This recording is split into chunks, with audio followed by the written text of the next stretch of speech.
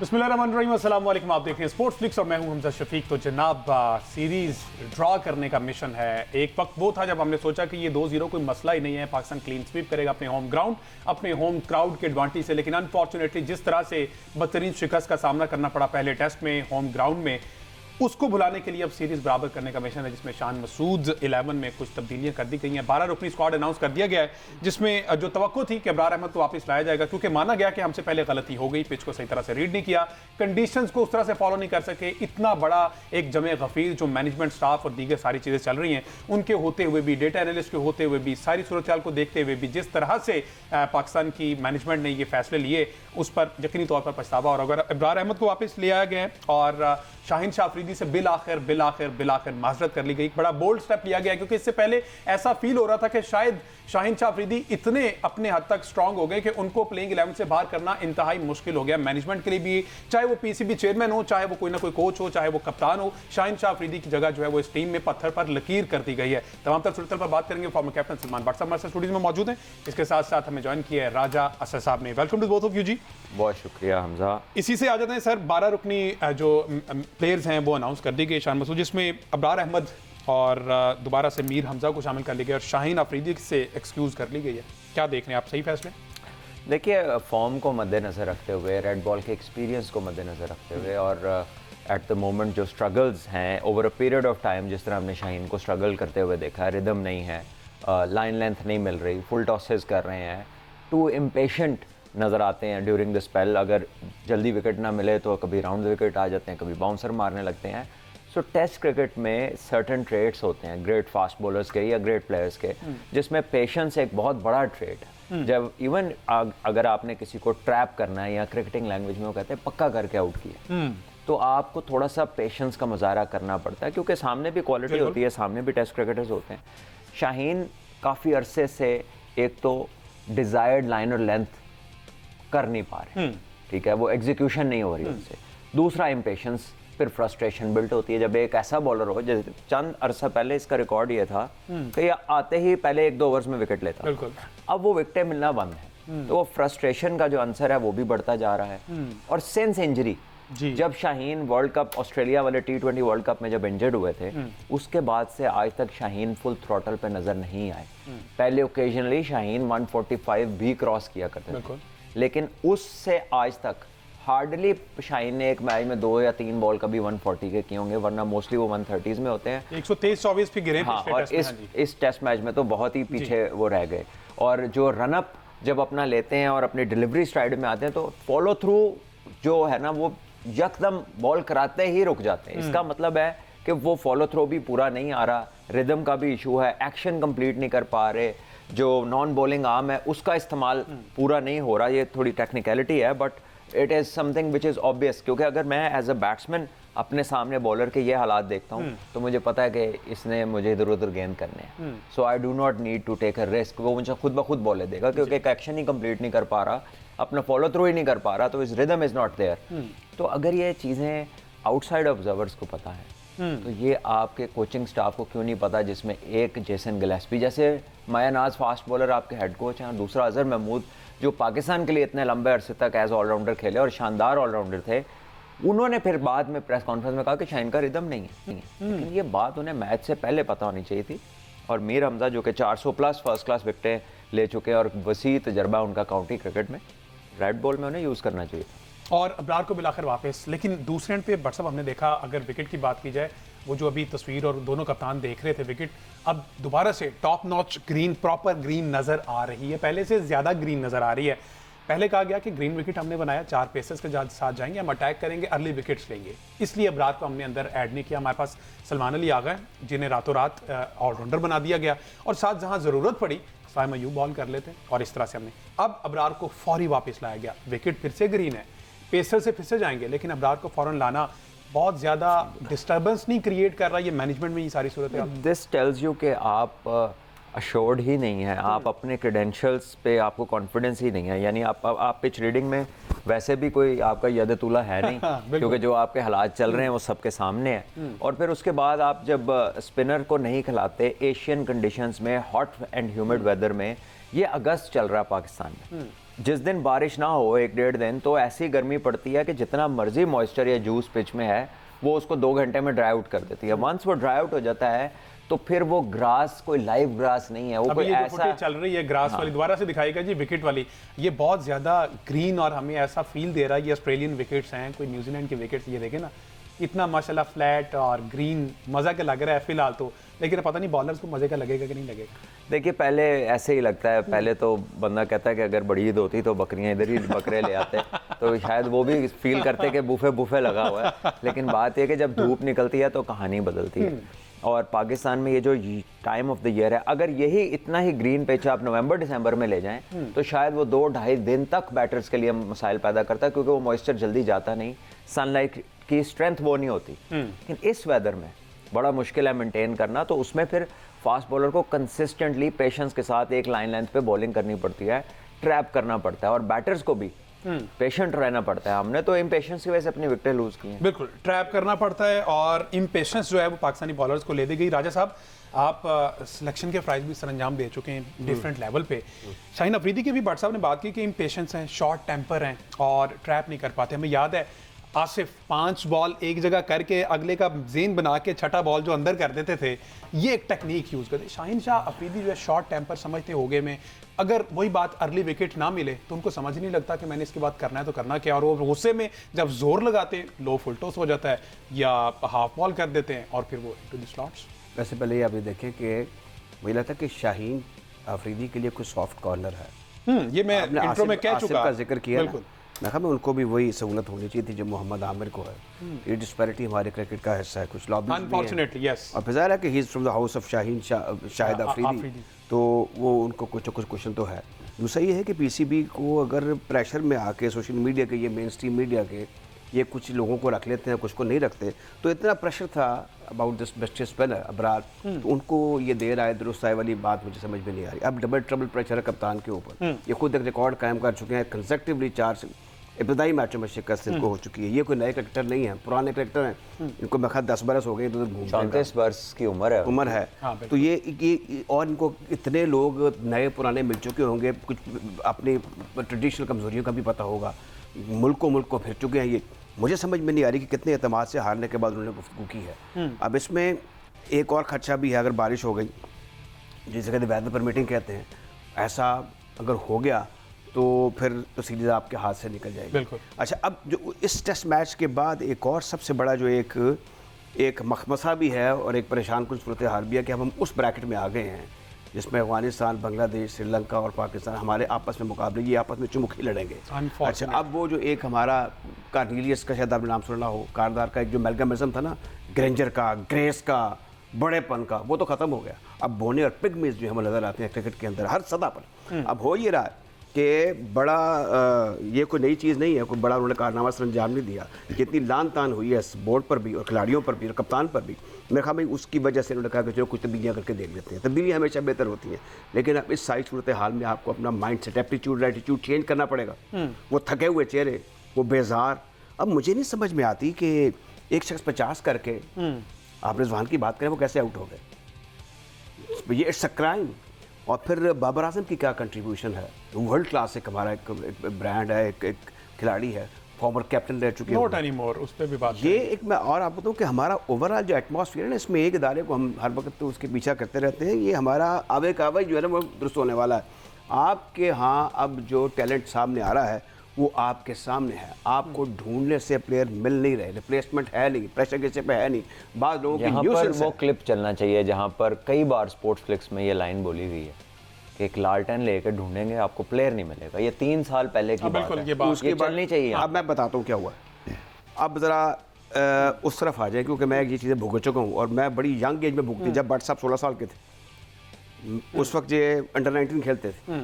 ये उस दौर की बात है जब मेरे घर के गेट के बाहर कैमोफ्लॉज किया जाता था, अंकल, आंटी, भाईजान, लैंड क्रूजर, पजेरोज, थाल, ये सब कुछ। ये जो ऑर्डिनरी जो लोअर मिडिल स्टार्टर है जब क्रिकेट एडमिनिस्ट्रेशन में आता है, वो तो अब एसएसपी लाहौर ने मुझे फ़ोन किया, मिनिस्टर फॉर हाउसिंग ने मुझे फ़ोन किया, मैंने कहा ये ट्रायल हो गए हुए हैं। बिल्कुल, अभी कैसे हो सकता है। अब हो ये रहा है कि आपका ये सारा माहौल जो बना हुआ है ना, ये इर्द गिर्द नहीं है ऐसा। बिल्कुल। मैं जब 2000 में गया था ये चैंपियंस ट्रॉफी श्रीलंका में खेलने के लिए तो प्रेमदासा में सेमीफाइनल था। गिनती के लोग होंगे, जब बाहर निकले तो 20,000 का स्ट्रॉन्ग क्राउड था, जिसमें पेरेंटहुड भी था, स्कूल भी थे, बच्चे भी थे। ये वो मैच देख रहे थे जो कि स्कूल क्रिकेट का फाइनल था। अभी हमारा क्रिकेट बोर्ड अब इस वक्त इस तरफ आया है। हाँ। जो टैलेंट की बात हो रही है, ये जो फाइनल 11 जिसका 12 का आपने जिक्र कर दिया, अभी न्यूज़ ब्रेक कर दी। अच्छा, टैलेंट ही कि मेरा यहाँ पर सवाल भाट साहब आपसे भी है। आपने कहा कि 3 साल से हम इसी प्लेटफॉर्म से बात कर रहे हैं, बार बार कर रहे हैं कि लालटेन लेके भी घूमेंगे तो आपको टैलेंट नहीं मिलेगा। सलमान भाट को ये बात पता है, राजा साहब को ये बात क्यों नहीं पता है, पता, लेकिन जो इनको बड़ा कुछ पीसीबी में पता है। मौजूद हैं क्यों नहीं अब वो टैलेंट आने लगते? हमें शुएब अख्तर कहाँ से मिला? यार हमें मेरी वसीम बात अकरम सुने, कहाँ- मेरी अब्दुल बात रज़ाक कहाँ सुने से सर, मिला? मेरी बात जी, सुने जी। आप। मैं माना कि हमें इतना नहीं पता, लेकिन हमारा उनसे तो कोई मुकाबला नहीं जो उधर दफ्तरों में बैठे हैं। उनको तो कख भी पता नहीं है भाई, कितना टाइम उन्होंने ग्राउंडों में गुजारा है, कौन से उन्होंने ग्राउंडें देखी हैं। उन्हें क्या मालूम है कि लाहौर में कितनी क्लब हैं? उन्हें मालूम है कि लाहौर में क्लब्स का क्या नाम है? उन्हें मालूम है कि आपके टॉप प्लेयर्स कौन है? उन्हें मालूम है कि किन पिचों पे कौन से प्लेयर की टेक्निक सूट करती, कौन नहीं करती? उन्हें मालूम है कि कौन सी क्रिकेट खिलाएंगे तो प्लेयर बनेगा, कौन सी क्रिकेट खिलाएंगे तो प्लेयर को नुकसान होगा। उन्हें मालूम है कि जब वो एक इमर्जिंग प्लेयर को खिलाते हैं तो 2 जेन्युइन प्लेयर्स का वो हक मारते हैं। उन्हें मालूम है कि पॉइंट सिस्टम लगाते हैं तो टेस्ट क्रिकेट से फर्स्ट क्लास रिलेट नहीं करती। उन्हें मालूम है कि डिस्ट्रिक्ट से खेल के कभी बड़े प्लेयर नहीं बनेंगे।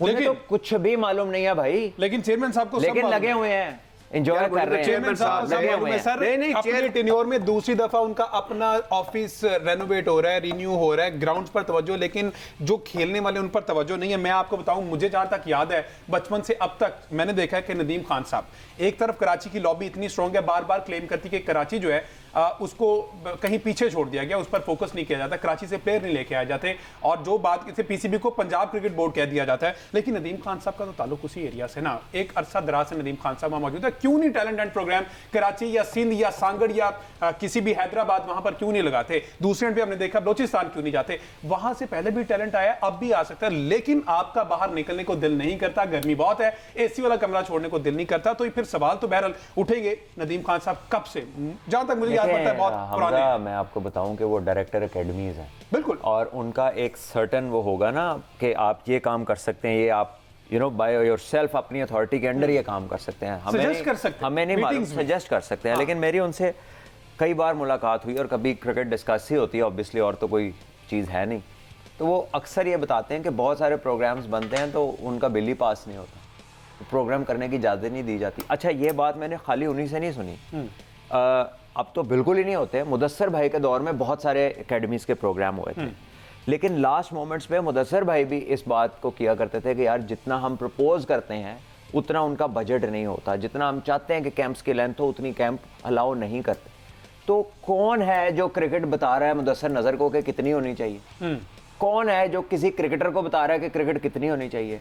क्योंकि अगर कुछ कट करना है तो ये अनरीजनेबल, अनजस्टिफाइड डायरेक्टरशिप आप कट करें। नहीं तो ये जो बड़ी बड़ी तरह का करा दिया, वो पैसा की अच्छी जगह वो यूज कर पूछे तो सही ना उनसे, वो उनसे पूछे तो सही, उसका ऑडिट तो कराएं कि वो पैसा किससे पूछ के लगाया, किसका वो डिसीजन था, उसका क्या आपने उस पे कमाया है या उस पे क्या निकाला, क्या आउटकम क्या है उससे। लेकिन नहीं, जो काम टॉप लेवल से हुआ उसको कौन हाथ लगा सकता है? बिल्कुल ठीक है, एक ब्रेक शामिल कर दें, ब्रेक के बाद वापस आएंगे तो बात करेंगे पेस है कहीं गायब होगी है, बैट्समैन ने भी, बैटर्स ने भी कुछ चांद नहीं चढ़ाया, उन पर भी बात करेंगे। लेकिन लैंड ऑफ पेसर्स पाकिस्तान के ऊपर ये टैग था और ये हम प्राउडली कहा करते थे कि पाकिस्तान के पेसर जो हैं पूरी दुनिया में बेस्ट हैं। उनको शायद नजर लग गई है 124-25 130 से ऊपर नहीं जा रहे, इसकी क्या वजह है, इसको किस तरह से दोबारा हासिल किया जा सकता है, कुछ पूछेंगे राय साहब से और भट्ट साहब से। स्टे विद अस।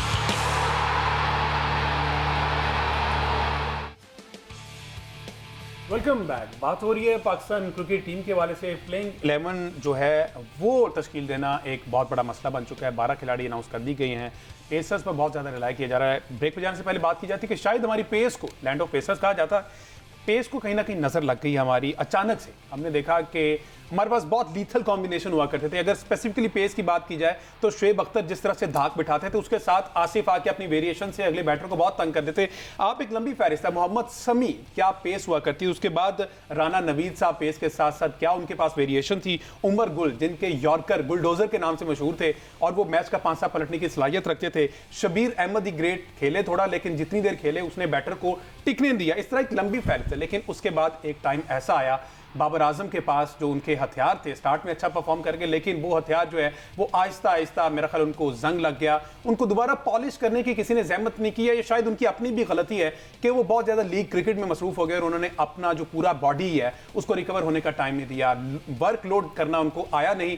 शायद पैसे की दौड़ थी, उन्होंने कहा कि जो है यही मौका है, कमा लिया जाए। लॉन्ग टर्म नहीं सोचा, जो सोचा शॉर्ट टर्म और पैसे के लिए सोचा।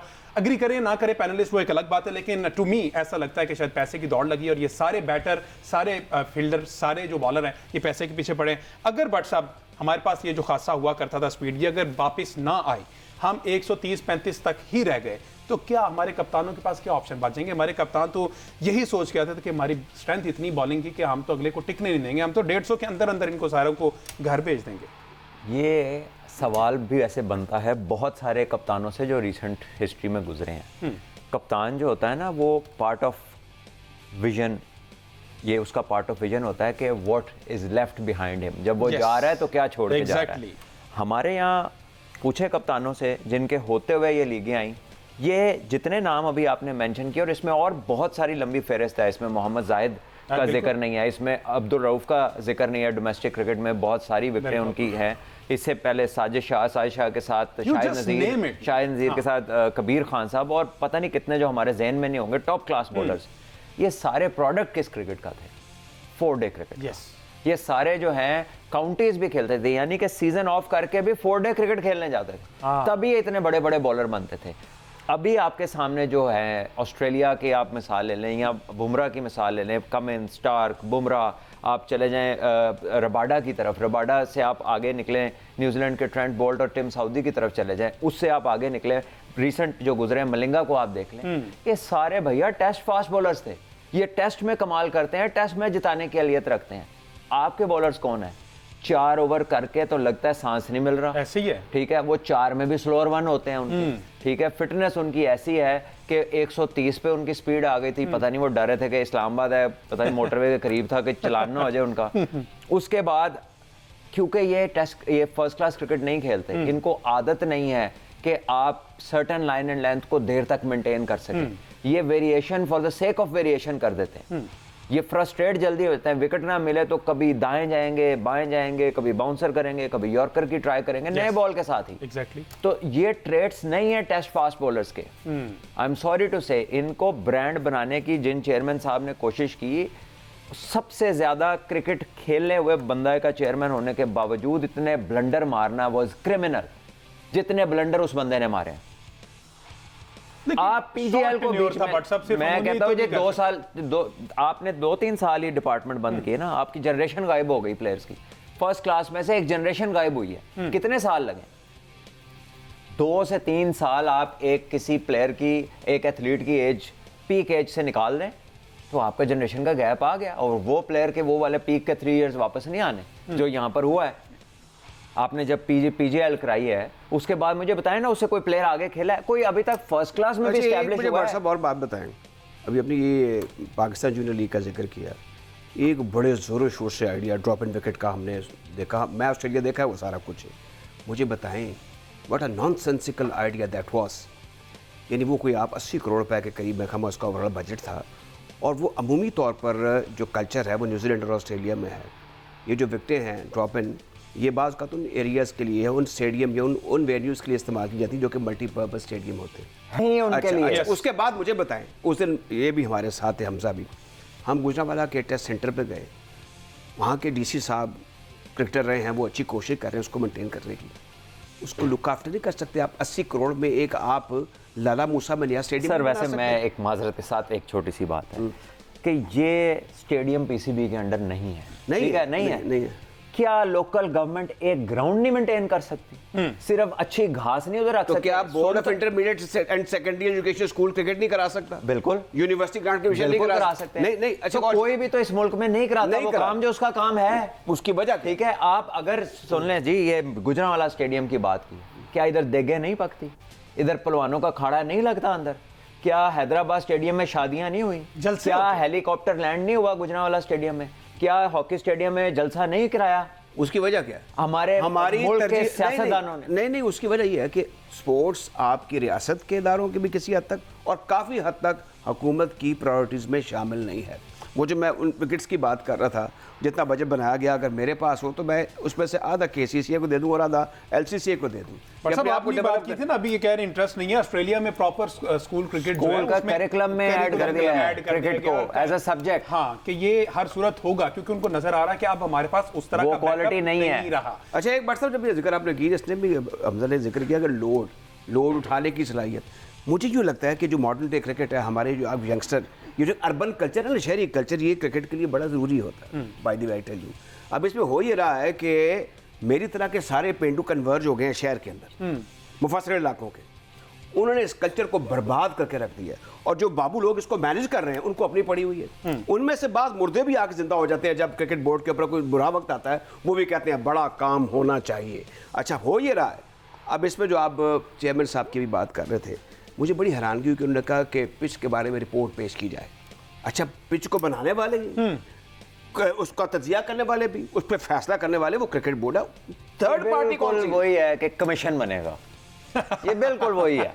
कुछ नहीं, मेरी बात सुने, और कैमरे किरदार तक रिपोर्ट की जाए पेश पिच की, तो पिच की रिपोर्ट पेश कर भी गई तो उनको क्या पता चलना, मुझे ये बता क्या। ठीक है, पिच देखे जी, अगर you don't need to be a rocket scientist to know the pitch, अगर उसके ऊपर आपकी स्मूथनेस नहीं है तो ग्रिप होगी। अच्छा, इसमें मैं एक चीज ऐड कर दूं सलमान भाई, ठीक है, अगर क्रैक छोटा है तो स्लो होगी, अगर उसका चेहरा ड्राई है तो स्पिन और रिवर्स होने का चांस है, अगर मॉइस्ट है तो सीम और स्विंग होने का चांस है, अगर ग्रीन है तो ऊपर देख लें टेम्परेचर कितना है, कब तक मॉइस्चर होल्ड करेगी। ये कॉमन सेंसिकल चीजें हैं। हमजा तू भी बीच में शामिल हो जा।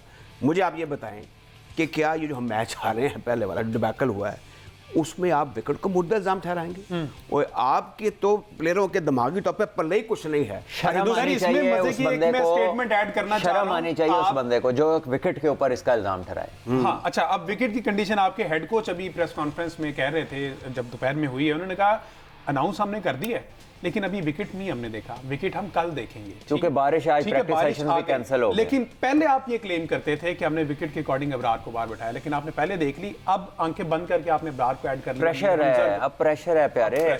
कौन सा उन्होंने देख के कोई रॉकेट साइंस लगाई है? ये सब ऐसे ही है, ठीक है। पहले कह रहे हैं कि हमारे पास डाटा नहीं है, फिर कह रहे हैं हमने आर्टिफिशियल इंटेलिजेंस के ऊपर जो है ये सिलेक्शन 80% अच्छा, ये भी बताइएगा, ये क्या आर्टिफिशियल? 80% कंप्यूटर से सिलेक्शन किया और 20% जो है ना उसमें ह्यूमन एस्पेक्ट है। चले बंदे तो सारे उनका सिलेक्शन से जिम्मेदारी ही 20% रह गई ना, वो तो जान छूट गई है, ठीक है जी। तो भैया पाकिस्तान जो है वो तो दुनिया से आगे निकल गया। चांद पे जाने वाले ममालिक ने अभी तक सिलेक्शन कमेटी में आर्टिफिशियल इंटेलिजेंस का इस्तेमाल नहीं किया, या नंबर्स ने ह्यूमंस को सुपरसीड नहीं किया, लेकिन पाकिस्तान में हो गया। चले इससे हट के अब थोड़ा सा बताएं कि इसका सोल्यूशन क्या है। आप शाहीन अफरीदी का आपको पता ना फ्रंट आर्म इशू आ रहा है, रिदम उस तरह से नहीं है। नसीम शाह जो एक लीथल बॉलर है हमारे पास, वो भी उनको रिदम का इशू है, वो भी प्रॉपर फिट नहीं है। इसको किस तरह से रिकवर किया जा सकता है? दोबारा से वही अगेन बात 4 डे क्रिकेट खेलें या फिर उससे मजीद स्ट्रेस आएगा? आपके पास इशू है मतलब मेरिट से हट के भर्तियों का। मैं उसकी वजह बताता हूँ, क्योंकि आपके पास सही डायग्नोस्टिक लोग नहीं है। अरे भाई तो सुन तो लो ना, शाहीन का मसला क्या है? सेंस इंजरी, वो ठीक ही नहीं हुआ, इसका मतलब किसी ने डायग्नोज ही नहीं किया। डायग्नोज किया होता तो रिहैब उस तरह लेके जाते। बुमराह इंजर्ड होके वापस आता है, पहले से ज्यादा स्ट्रांग आता है। कमिंस 1.5 साल बाद वापस आता है, पहले से ज्यादा बेहतर होके आता है। हमारा लड़का वापस आता है, वो पहले 140 पे होता है, वो 130 पे आ जाता है, वो 140 को टच ही नहीं कर पाता। इसका मतलब है ना आपके डायग्नोसिस है, ना आपका रिहैब सही है, और ना आपको अंदाजे का पता है कि ये कब लड़का रेडी है। और फर्स्ट क्लास क्रिकेट में तो आप इनको खिलाते ही नहीं है, इनका थ्रेशोल्ड चेक ही नहीं करते हैं कि ये किस जगह पे स्टैंड करते हैं। तो उसका जिक्र हो जाए, जो एग्रीवेट हुई Majid injury, after that went to the medical board और पीसीबी। वो हमारे फास्ट बॉलर कौन थे जी? एहसान। अब देखें वो कितना बड़ा आपको 150 प्लस वो बॉलिंग कर रहा है हर जगह। अब वो देखें वो हमारे क्रिकेट के लिए ये कितना एक लम्हा फिक्रिया भी है, और ये एक शर्मनाक हरकत भी है कि आपके लोग जो कि 2000 वेरी वेल पेड, बड़ी अच्छी बात है, इससे ज़्यादा पैसे दे दें, लेकिन काम तो करके दिखाएं।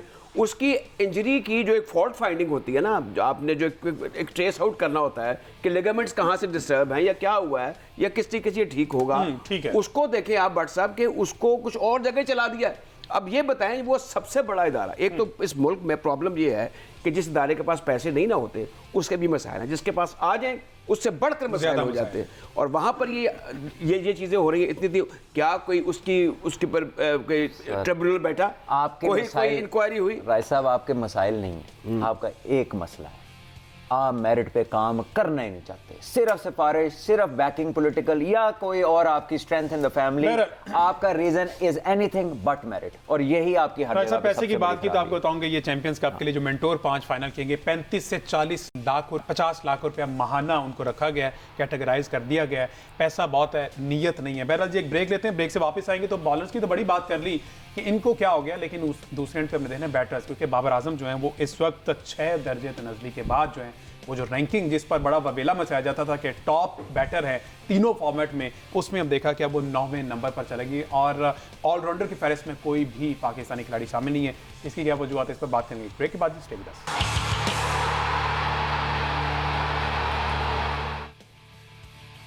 Welcome back ji. बात हो रही है पाकिस्तान क्रिकेट टीम के हवाले से और हमने बॉलर्स की एक लंबी फहरिस्त को डिस्कस किया और क्या वजूहत थी।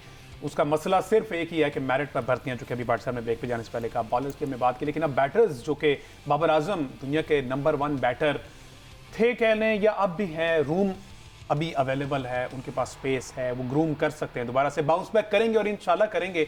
यही वो बाबर आजम है जो 50 से पहले आउट हो जाते तो कोई भी यकीन नहीं करता, क्योंकि उन्होंने आदत इस तरह की डाली थी। बाबर आजम का मसला ही नहीं है हमजा। लेकिन बाबर आजम की बात ही करें ना, जिस वजह से बट साहब ये बार बार कहा जाता था, तीसरी पोजीशन से आप 9वीं पोजीशन में आ गए। 10 टोटल होती हैं, 9वें नंबर पर इस टाइम बाबर जब वो पहले पे थे तो पाकिस्तान पहले पे था।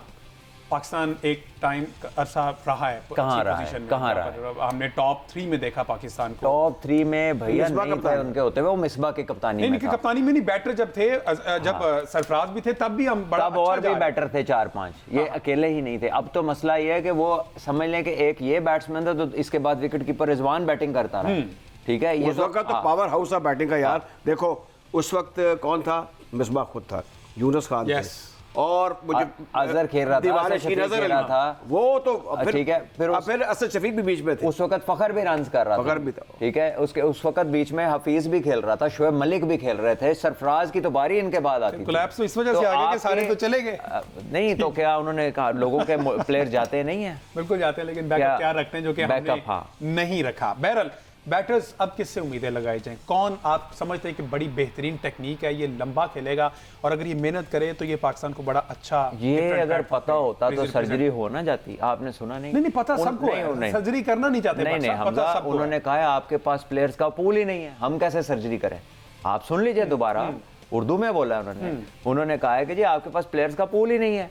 सिलेक्टर कहते हैं हमारे पास तो प्लेयर ही नहीं है, हमारे पास तो उनका मतलब डाटा भी नहीं है। एक जगह ये भी कहा गया। तो अगर आपके पास प्लेयर नहीं है तो ये सिलेक्टर्स को आई पता चला है। हाँ। ये क्यों नहीं उनको पता चल रहा? सारी दुनिया को पता है, ठीक है ना। जब सवाल करें तो कहते हैं हमारे पास कोई जादू की छड़ी नहीं जो यूं घुमाई और हमने सारा सही कर दिया। ये तो किसने करना वही था? है ना, जाने ना जाने गोली ना जाने बाग तो सारा जाने, सब नु पता है, सिर्फ जेडे विच काम कर रहे हैं ना नहीं पता कि की हो रहा है। बहरहाल कल जी पता लग जाएगा। ये जो अगली प्लेइंग 11 अनाउंस होती है, ये क्या गोल खिलाती है। उम्मीद तो है कि अच्छा करेंगे, बाउंस बैक करेंगे, इंशाल्लाह दुआ भी करेंगे। अब थोड़ी सी बात कर ली जाए जो कि मैं एक चीज़ का जिक्र कर दूं बीच में, आपके राय साहब ये न्यूज़ शायद आपने नहीं सुनी होगी, मेरे जहन में अभी आई है। इन्होंने एल्गोरिदम्स डेवलप किए हैं। अच्छा। अब चूंकि ये नॉन क्रिकेटर्स हैं तो इन्होंने अपनी जान छुड़ाने के लिए ना एल्गोरिदम डेवलप किए। और एल्गोरिदम क्या है कि लेट से आप, मैं और हमजा तीनों प्लेयर हैं, लेट से डिस्ट्रिक्ट के प्लेयर, और हमने सेलेक्ट होना है। तो 5 मैच है डिस्ट्रिक्ट के। अब पता नहीं आप कितने खेले, मैं कितने, मैं 4 खेला हूँ, ये 5 खेला, आप 2 खेले। इसने 5 में कर दिया 11 आउट। अब एल्गोरिदम में इन्होंने डाल दिया कि जिसके 10 आउट हैं वो ऑटोमेटिकली सिलेक्ट होगा। मेरे 4 मैचों में 8 आउट है, आपके 2 मैचों में 9 आउट है, इसके 5 मैचों में 11 है। आप 2 में 9 लेके सिलेक्ट नहीं होंगे क्योंकि आपने 10वीं विकेट नहीं ली, आपको तो मैच नहीं मिला। अब एल्गोरिदम कहेगा हमजा के 11 हैं, चाहे उसने 11 मैचों में 11 लिए हैं। ये किसका ब्रेन चाइल्ड है? ये है ना। आपको क्या लगता है अंदर है कौन ब्रेन चाइल्ड वाले? क्रिकेटर तो कोई नहीं है, ये एल्गोरिदम वाले ही हैं, ये आर्टिफिशियल इंटेलिजेंस। अच्छा, ये सारी टीम में बात याद आ गई ऑफ द कैम, अगर आप चाहें तो कर सकते हैं। मुझे किसी ने भी ये भी बताया था, शायद आप भी सेकंड करें, कि बांग्लादेशी कोच से किसी की मुलाकात हुई और उन्होंने कहा कि जनाब अगर ये पहले दिन उस तरह से दूसरे दिन डिक्लेयर ना करते ना 448 पे, तो हमारे आत्मा एक दफा फूल चुके थे। मैंने उनको ये पता था, लेकिन ये जो फहरिस्त जब आपने लास्ट शो किया था, बट साहब भी बैठे हुए थे, तो मैंने बट साहब दूसरी तरफ जा रहे थे, तो मैंने ये बात उस वक्त भी वाजे की थी कि इट्स टू अर्ली, क्योंकि अगर आप थोड़े से हिस्ट्री की तरफ देख लें तो 52 से ऑनवर्ड कभी भी आपकी जो बैटिंग थी एतबारी नहीं थी। हमारा मिजाज ऐसा है, हमारा बूदोबाश ऐसा है, हमारा सिस्टम ऐसा है।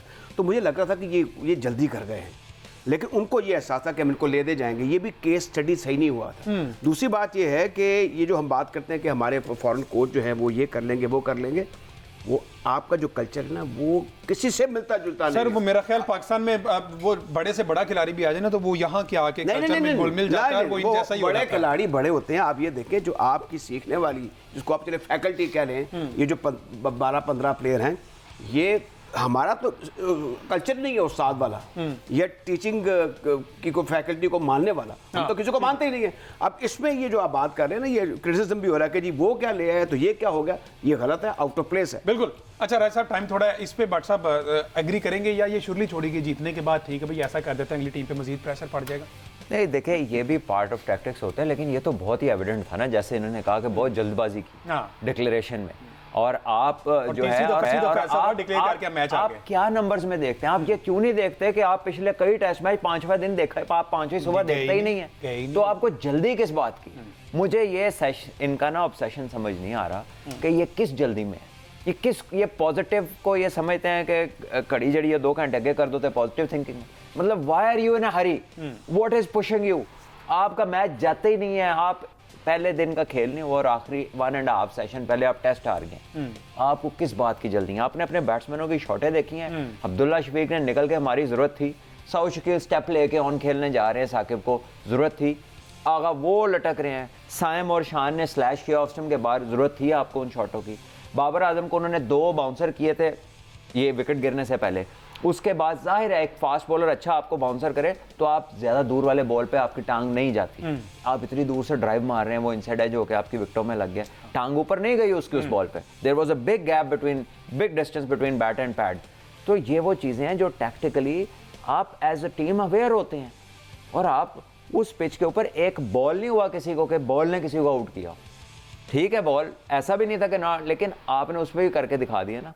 तो अब आपकी, या तो हम ये बात मान लें कि पिच ही ठीक नहीं था, तो फिर आपकी बैटिंग का क्या करना है, और अगर आप कह रहे हैं कि पिच बहुत अच्छा था, फिर भी आपका क्या करना है? मतलब आप पहले डिक्लेयर कर देते हैं। आखिर में ये मैं ऐड कर दूं, जो बात आप कर रहे हैं ना, उसका लुब्बे लुबाब ये है कि कीपिंग इन व्यू जो वसाइल आपके पास दस्तियाब थे, you were simply good enough. अगर आप अपना माइंड अप्लाई करते विद सिंसियरिटी ऑफ पर्पस तो आप ये मैच आसानी जीत सकते थे। अब सारी बात यहाँ पर तब्दीलियाँ अपनी जगह कारगर होती हैं, या तब्दीली हमेशा अच्छी होती है, लेकिन मैं आपको बता दूं अगर उसी माइंड सेट के साथ इस टेस्ट मैच में भी जाएंगे, अगर वो मुकम्मल होता है तो फिर आप हालात को ज़्यादा बेहतर नहीं देखेंगे।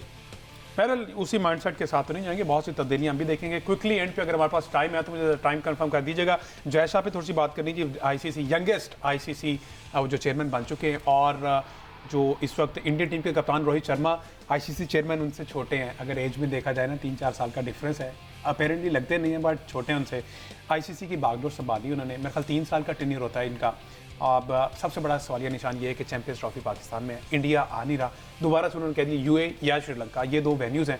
पाकिस्तान स्टैंड कर रहा है कि हमने जनाब पाकिस्तान में करानी, क्योंकि करोड़ों रुपया इस वक्त रेनोवेशन पर लगाना शुरू कर दिया है। समझते ये एंड पे आके कोई ब्लंडर हो सकता है? देखिए ब्लंडर तो नहीं है, Pakistan should stand firm and stand their ground, क्योंकि पाकिस्तान वर्ल्ड कप खेलने गया था, यही कहा गया था आईसीसी का इवेंट है, इंडिया का इवेंट नहीं है, तो ये भी आईसीसी का इवेंट है, पाकिस्तान। दूसरा मैं आपको बताऊं, इससे खैर की तवक्को बिल्कुल ना करें, विशफुल बिल्कुल ना हो, क्योंकि बीजेपी का स्टैंस है एंटी पाकिस्तानी। अच्छा, अब इसमें हला शेरी हमें दे देनी चाहिए ऑलरेडी, अब चेयरमैन साहब को भी और जो हमारी फॉरेन मिनिस्ट्री भी है, कि अगर उन्होंने कोई ऐसी वैसी हरकत की तो आइदर या तुसी नहीं या सी नहीं। बिल्कुल जी, एक बड़ा बोल्ड स्टांस लिया गया जो कि लेना भी चाहिए था।